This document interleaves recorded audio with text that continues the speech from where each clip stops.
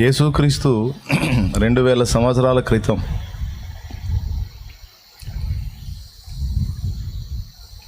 చరిత్ర ప్రారంభమైనటువంటి దేవుడు. అంతకుముందు ఆయన లేడు. 2000 సంవత్సరాల క్రితం ఆయన స్టోరీ జరిగింది. అంతకంటే ముందున్న భక్తి మార్గం గొప్పది. మరి నిన్నగాక మొన్న వచ్చిన యేసుక్రీస్తుని గురించి మీరు ఇంతగా ఘనపరిచి మాట్లాడటం సమంజసం కాదు అని ఇతర మతాలకు చెందిన కొంతమంది మాట్లాడటం నేను విన్నాను. నిజంగా యేసుక్రీస్తు ప్రభు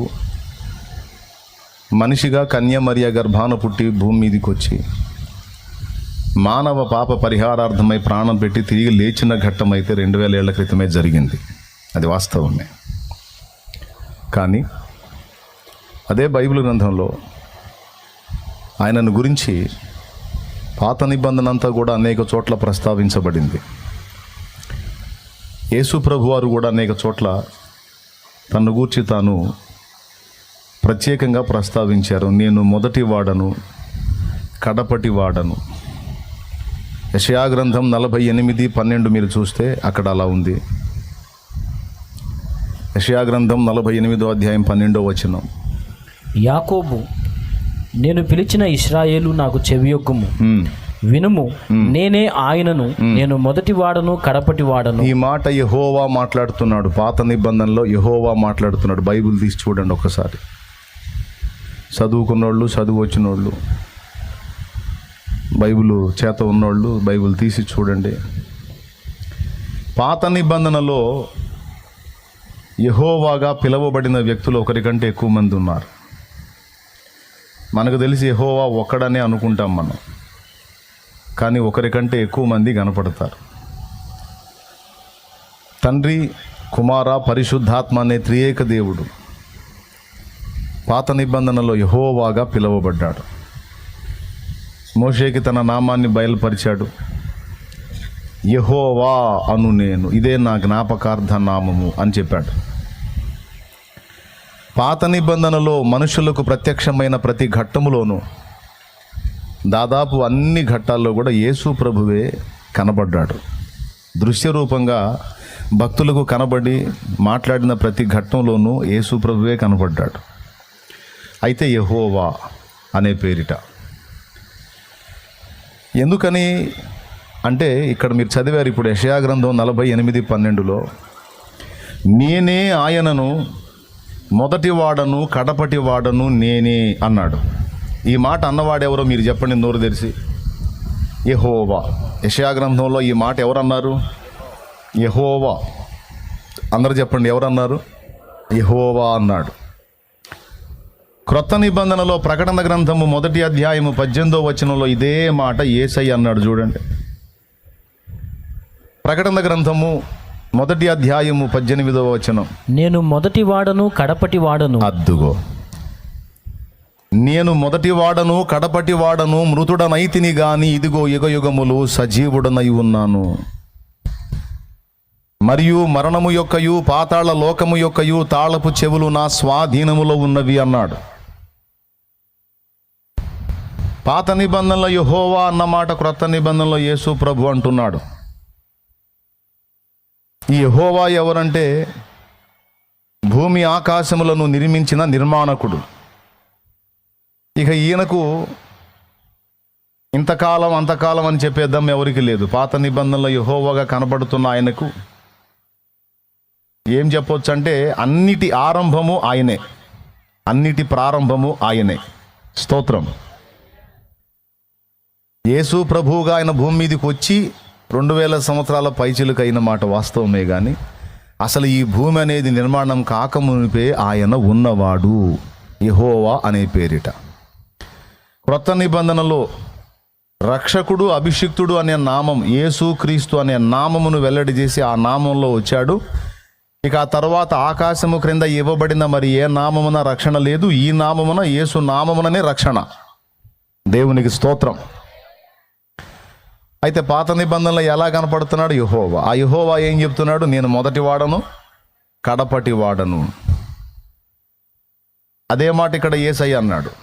ఇప్పుడు చెప్పండి, ఆ యెహోవా యేసయ్య ఇద్దరు ఎవరు? ఇద్దరు కలిసి ఒకే మాట మాట్లాడారు. స్పష్టంగా అర్థమైంది మీకు ఎవరైనా? యెహోవా. ఆ యెహోవా మొదటి వాడను కడపటి వాడను నేనే అని చెప్పి 16వ వచనం దగ్గరికి రండి. ఆ యెహోవా మాట్లాడుతూ ఇంకొక ట్విస్ట్ ఇచ్చాడు అక్కడ, చూడండి. ఆది నుండి నేను రహస్యముగా మాట్లాడిన వాడను కాను. ఎవరు ఈ మాట మాట్లాడుతుంది? మొదటివాడు కడపటివాడు అయిన యెహోవా. బాగా గుర్తుపెట్టుకోండి, చదువు. అది పుట్టిన కాలము మొదలుకొని నేను అక్కడ నున్నవాడను. ఆ. ఇప్పుడు ప్రభువుకు యెహోవాయు. ఈయన ఎవరు? ఆల్రెడీ మాట్లాడుతున్నాయన యెహోవా. అయితే ఇప్పుడు ఇంకొక మాట అంటున్నాడు. అయితే ఇప్పుడు ప్రభువగు యెహోవాయు ఆయన ఆత్మయు నన్ను పంపెను అన్నాడు. దేవునికి స్తోత్రం కలుగును గాక. ఏమండి, మళ్ళీ ఇంకో పాట పాడబోతున్నా, దానికి పునాది వేసుకుంటున్నా, అది విషయం. అయితే ఇప్పుడు ప్రభువగు యెహోవాయు ఆయన ఆత్మయు నన్ను పంపెను అన్నాడు. ప్రభువగు యెహోవా ఎవరు? ఆయన ఆత్మ ఎవరు? ఈ రెండు సంగతులు చెప్తున్న ఈ యెహోవా ఎవరు? అంటే మొదటి వాడను కడపటి వాడను నేనే అన్న యెహోవా ఏమో యేసయ్య. ప్రభువగు యెహోవాయు ఆయన ఆత్మయు అంటే తండ్రియు పరిశుద్ధాత్మయును గూర్చి మాట్లాడుతున్నాడు. తండ్రి పరిశుద్ధాత్మ కలిసి నన్ను పంపుతున్నారు, నన్ను పంపి ఉన్నారు అని చెప్తున్నాడు. ఏమైనా అర్థమైందా? మళ్ళీ చెప్పేదా?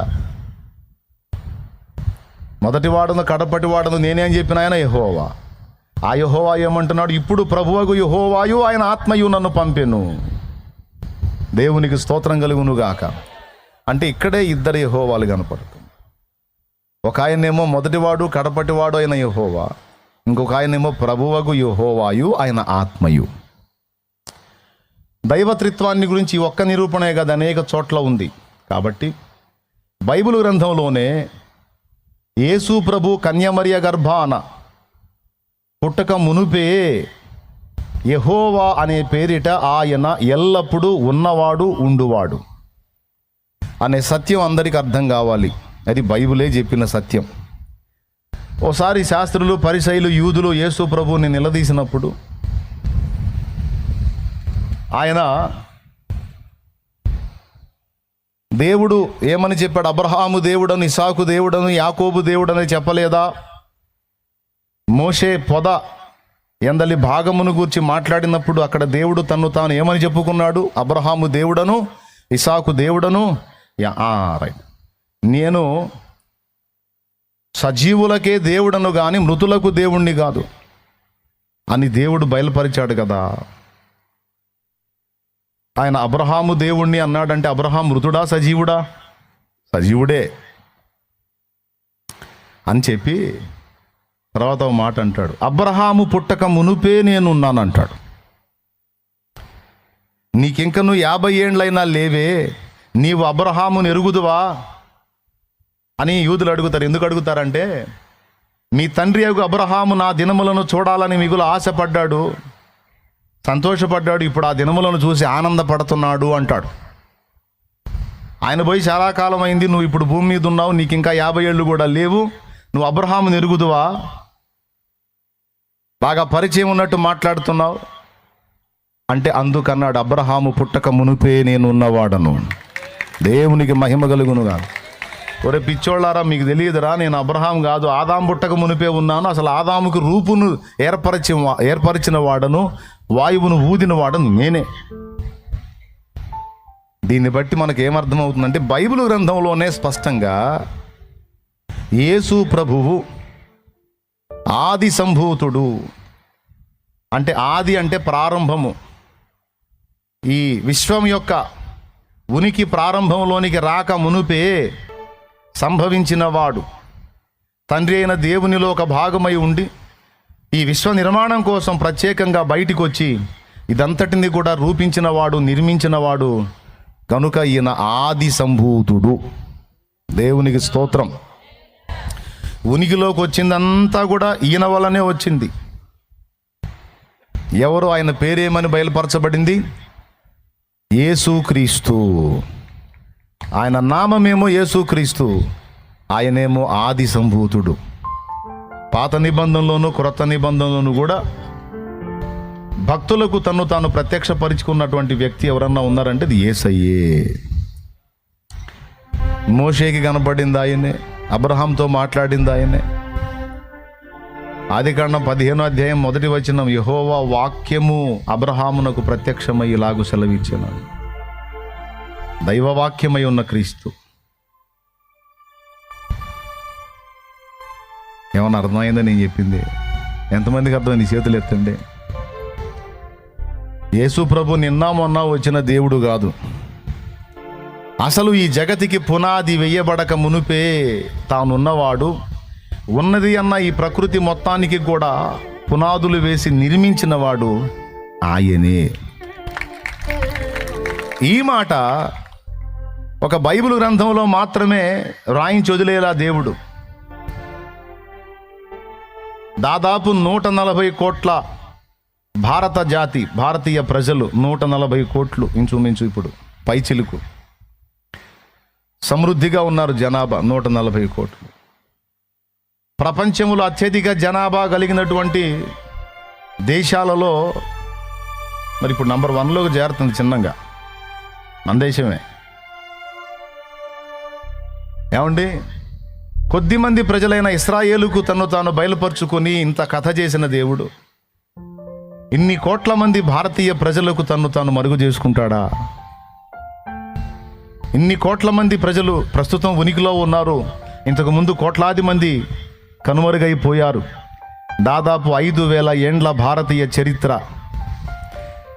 ఎన్ని కోట్ల మంది ప్రజలు వచ్చిపోయి ఉంటారు? అందరూ అంధులేనా? దైవాన్వేషణ చేసిన వాళ్ళు ఉండరా? సత్యాన్వేషణ చేసిన వాళ్ళు ఉండరా? బృహదారణ్యకోపనిషత్తులో యాజ్ఞవల్క్యుడు అనే ముని ప్రార్థించాడు, అసతో మా సద్గమయ తమసో మా జ్యోతిర్గమయ మృత్యోర్మా అమృతం గమయ అని భగవంతుని ప్రార్థించాడు యాజ్ఞవల్క్య మహాముని. బృహదారణ్యకోపనిషత్తులో ఉంది ఇది. దేవుని కృపను బట్టి ఆ ఉపనిషత్తులు నా దగ్గర ఉన్నాయి. దేవుణ్ణి వేడుకుంటున్నాడు, అసతోమా సద్గమయ, అసత్యములో ఉన్నాను, సత్యములోనికి నన్ను నడిపించు, సత్యమును సాక్షాత్కరింపజేయి. తమస్సోమా జ్యోతిర్గమయ, తమస్సు చీకటి, అంధకారంలో ఉన్నాను, జ్ఞానాంధకారంలో ఉన్నానయ్యా. సత్యమనే జ్యోతి ప్రకాశము నా మీద ప్రకాశించున్నట్లు నన్ను అనుగ్రహించు దేవా. తమస్సోమా జ్యోతిర్గమయ మృత్యోర్మా అమృతం గమయ. మృత్యువు అంటే మరణ స్థితిలో ఉన్నాను, మృత స్థితిలో ఉన్నాను, చచ్చి శిక్ష స్థలికి పోయే స్థితిలో ఉన్నాను. నేను రక్షణ పొందునట్లు ఆ అమృతత్వం ఏంటో నాకు స్పష్టపరచయ్యా ఓ సృష్టికర్తవైన దేవా అని యథార్థ దృష్టితో అడిగాడు. మరి ఇంత మంచి మనస్సాక్షితో అడిగిన వాళ్ళకి దేవుడు మరుగు చేస్తాడా తన్ను గూర్చి? దేవుడేమన్నా పక్షపాత? అపోస్తలుల కార్యములు 10వ అధ్యాయం 34వ వచనంలో పేతురుకి దేవుడు కళ్ళు వెలిగించాడు. యూదులకు మాత్రమే దేవుడు, అన్యజనుల్ని దేవుడు అసహించుకున్నాడు అనుకొని భావించినటువంటి పేతురు మనోనేత్రాలు వెలిగించాడు దేవుడు. ఆ వేళ ఏమని చెప్పాడో తెలుసా? చూడు పేతురు ఏమని చెప్పాడు చూడండి, అపోస్తలుల కార్యములు 10:34. దేవుడు పక్షపాతి కాడని నిజముగా గ్రహించి ఉన్నాను. అబ్బా, అంటే ఇప్పటిదాకా డౌట్ ఉంది. దేవుడు మాకే దేవుడు, స్పెషల్ మా వరకే దేవుడు అని ఇప్పటిదాకా నా ఫీలింగ్ ఉండే. మేము యూదులకే దేవుడు అని నా ఫీలింగ్ ఉండే. కానీ ఈరోజు నాకు అర్థమైంది, కొర్నేలి నీ ఇంటికి వచ్చిన తర్వాత, కొర్నేలి అనేవాడు అన్యుడు, యూదుడు కాదు, క్రైస్తవుడు అంతకన్నా కాదు, అన్యుడు. ఆ ఇంటికి పంపించాడు దేవుడు పేతురుని, పో అక్కడ నా కొరకు ఒక జనము సిద్ధమైంది పో అని. అక్కడికి పోయిన తర్వాత పేతురుకి జ్ఞానోదయమైంది. దేవుడు పక్షపాతి కాడని నిజముగా గ్రహించి ఉన్నానంటే ఇప్పుడు గ్రహించాడు. అంతకుముందు డౌట్ ఉండే, ఇప్పుడు కనువిప్పు కలిగింది. ప్రతి జనములోనూ ఆయనకు భయపడి నీతిగా నడుచుకొను వానిని ఆయన అంగీకరించును ప్రతి జనములోను అనే మాట గుర్తుపెట్టుకోండి. అది యూదా జనమా, క్రైస్తవ జనమా, అన్య జనమా అన్న భేదం లేదు అక్కడ. హలో, స్తోత్రం చెప్పు బిడ్డ, గట్టిగా చెప్పు. ప్రతి జనములోనూ ఆయనకు భయపడి నీతిగా నడుచుకొను వారిని ఆయన అంగీకరించును. మరి ఇప్పుడు మన పూర్వకాలం సత్యాన్వేషకులైన భక్తుల అన్వేషణలో దేవుడు సాక్షాత్కారం ఇయ్యకపోయి ఉంటాడంటావా? దేవుడు ఆయన అన్వేషించిన వాళ్లకు దొరక్కపోయి ఉంటాడంటావా? మరి అట్లయితే అబ్రహాం కూడా ఒకప్పుడు అన్యుడే కదా, విగ్రహారాధికుడే కదా. ఎంతమందికి తెలుసా సంగతి? అబ్రహాం కూడా ఒకప్పుడు అన్యుడే, దేవుణ్ణి వెతికాడు, సత్యదేవుడు దొరికాడు. ఆ తర్వాత అబ్రహాం నుండి ఒక జనాంగాన్ని రప్పించాడు. ఇదంతా జరక్క మునుపు అబ్రహాం అన్యుడేనన్న సంగతి మనం మర్చిపోకూడదు. రోమాపత్రిక 3లో అంటాడు, దేవుడు యూదులకు మాత్రమే దేవుడా, అన్యజనులకు దేవుడు కాడా? అవును, అన్యజనులకు నువ్వు దేవుడే. దేవునికి స్తోత్రం. యూదులకు క్రైస్తవులకు మాత్రమే కాదు, అన్యజనులకు నువ్వు దేవుడే. ప్రకటన గ్రంథము 7వ అధ్యాయము, ప్రకటన గ్రంథము 7వ అధ్యాయం ఒక్కసారి తీసుకుంటే ఆయన సింహాసనం ముందు నిలబడేటువంటి వ్యక్తులను గురించి చెప్పాడు. అక్కడ చూడండి, ప్రకటన గ్రంథము 7వ అధ్యాయము 9వ వచనం ఒక్కసారి చదవండి. అటు తరువాత నేను చూడగా, ఇదిగో ప్రతి జనములో నుండి, ప్రతి వంశములో నుండి, ప్రజలలో నుండి, ఏమండి, క్రైస్తవ జనములో నుండి, ఇశ్రాయేలు జనములో నుండి అని అన్నాడా? క్రైస్తవ జనములో నుండి మాత్రమే, ఇశ్రాయేలు జనములో నుండి మాత్రమే అని ఉందా అక్కడ? అందరూ నోరు తెరిచి చదవండి, అక్కడ ఏముందో. ప్రతి జనములో నుండి, ప్రతి వంశములో నుండి, ప్రజలలో నుండి, ప్రతి జనములో నుండి, ప్రతి వంశములో నుండి, ప్రజలలో నుండి, ఆయా భాషలు మాట్లాడు వారిలో నుండి వచ్చి ఎవడును లెక్కింపజాలని ఒక గొప్ప సమూహము కనబడెను. వారు తెల్లని వస్త్రములు ధరించుకున్న వారై ఖర్జూరపు మట్టలు చేత పట్టుకొని సింహాసనం ఎదుటను గొర్రెపిల్ల ఎదుటను నిలువబడి తమ రక్షణకై స్తోత్రం చేశారని అక్కడ చెప్పాడు. సోదరి సోదరులారా, మర్చిపోవద్దు, దేవుడు ముస్లింలను చేసింది ఆ దేవుడే, హిందువులను చేసింది ఆ దేవుడే, క్రైస్తవులను చేసింది ఆ దేవుడే, సిక్కులను, జైనులను, అరబ్బులను, ఇంకా ఎవరైనా ఉంటే ఏ జనమైన నాసికారంధ్రములలో జీవవాయువు కలిగిన ప్రతి ప్రాణిని నిర్మించినది నా ప్రభు చేతులే. సమస్తమునకు దేహములిచ్చి, రూపములిచ్చి, ప్రాణమిచ్చి, అన్నిటినీ ఉనికిలోనికి తెచ్చినవాడు, రానిచ్చినవాడు ఆయనే. మరి దేవుడు వాళ్ళని వదిలేస్తాడండి?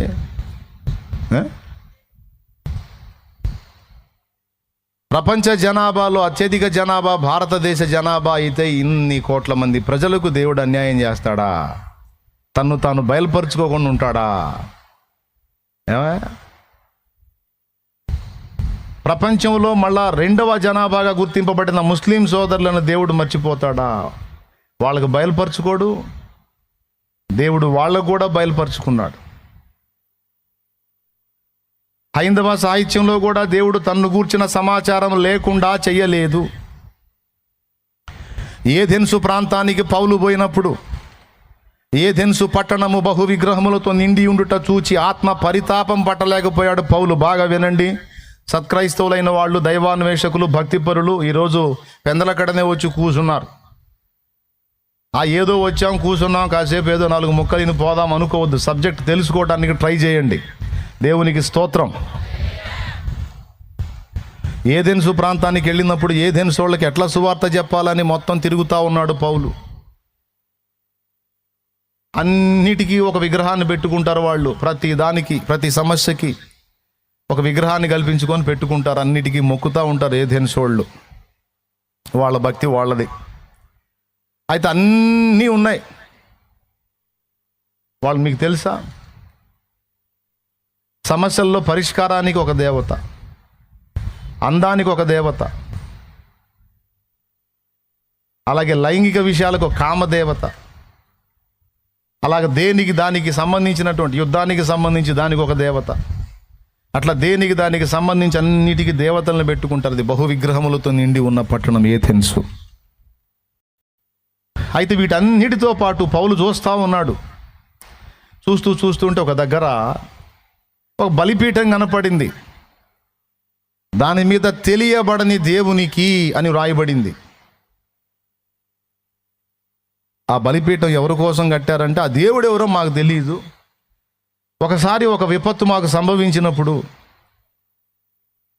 సింపుల్గా అర్థమయ్యేటట్టు చెప్పాలంటే, ఒకసారి ఒక తెగులు వచ్చింది అనుకోండి. ఆ ప్రాంతంలో, ఏథెన్సు ప్రాంతంలో ఒక తెగులు వచ్చింది.